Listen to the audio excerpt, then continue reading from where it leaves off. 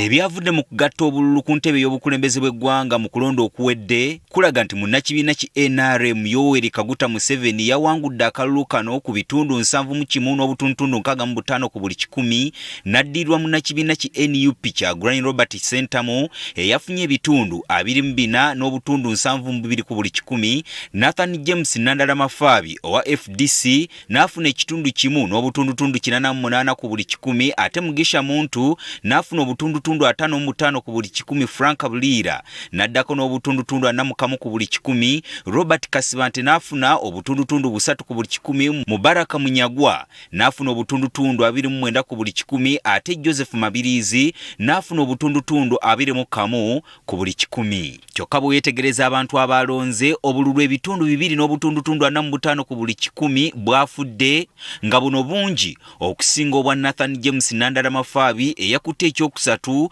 bwe yafunye obululu obukola ekitundu kimu n'obutundu 88 ku buli 100.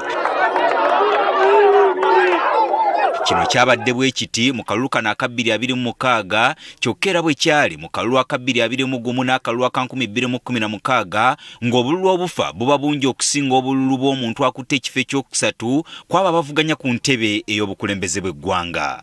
Dr. Livingstone Sewanyana Ssenkulu w'ekitongole ki Foundation for Human Rights Initiative agamba nti akakiiko k'ebyokulonda tekaakola kimala okuyigiriza abantu ebirina okugobererwa mu kulonda. Kati mwotegeka omuntu ng'obudde bukyali n'amanya kikyasuubira kimuyamba nnyo bw'atuuka wali mu mbeera eyo gye tubeeramu oluusi ebeeramu n'okutya oluusi nga n'abasirikale bali awo okubeera nti takola nsobi.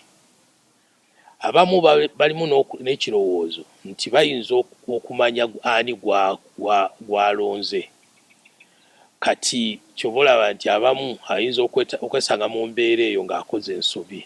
Sewanyana agamba nti okuteeka obuteesa ebirango ku mikutu gy'ebyempuliziganya tekimala wabula okutuuka obutereevu ku bantu ne babawa n'omukisa ogubuuza ebibuuzo kikulu nnyo. Abantu bennyini bategeka oluusi wabaawo n'emizannyo egizannyibwa ne balaga nti kano ke ka box mw'oteeka ono yalondesa gwe omulonzi bw'oti bw'olina okukola ebbensana eri bwe tukagamba omuntu n'omuyisa mu mitendera n'abeera nga n'okubuuza asobola okubuuza ekibuuzo kwekyo kyaba tategedde.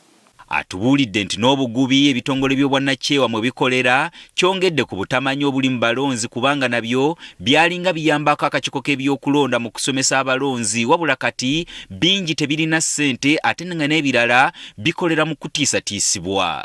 Gavumenti ekubirizibwa mu kiseera ekyokulonda okulaba nti ebibiina eby'obwannakyewa ebikola omulimu guno biweebwa embeera mwe bisobola okukolera omulimu guno.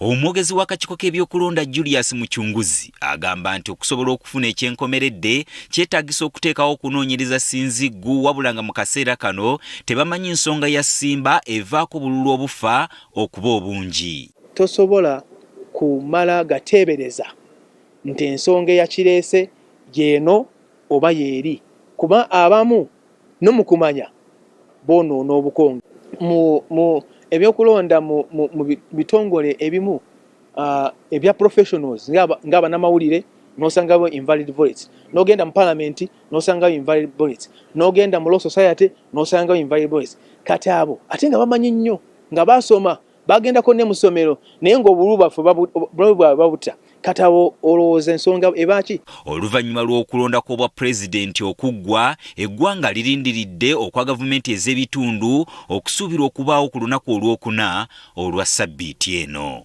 Gerald Damulira agafeeyo ku Spark TV.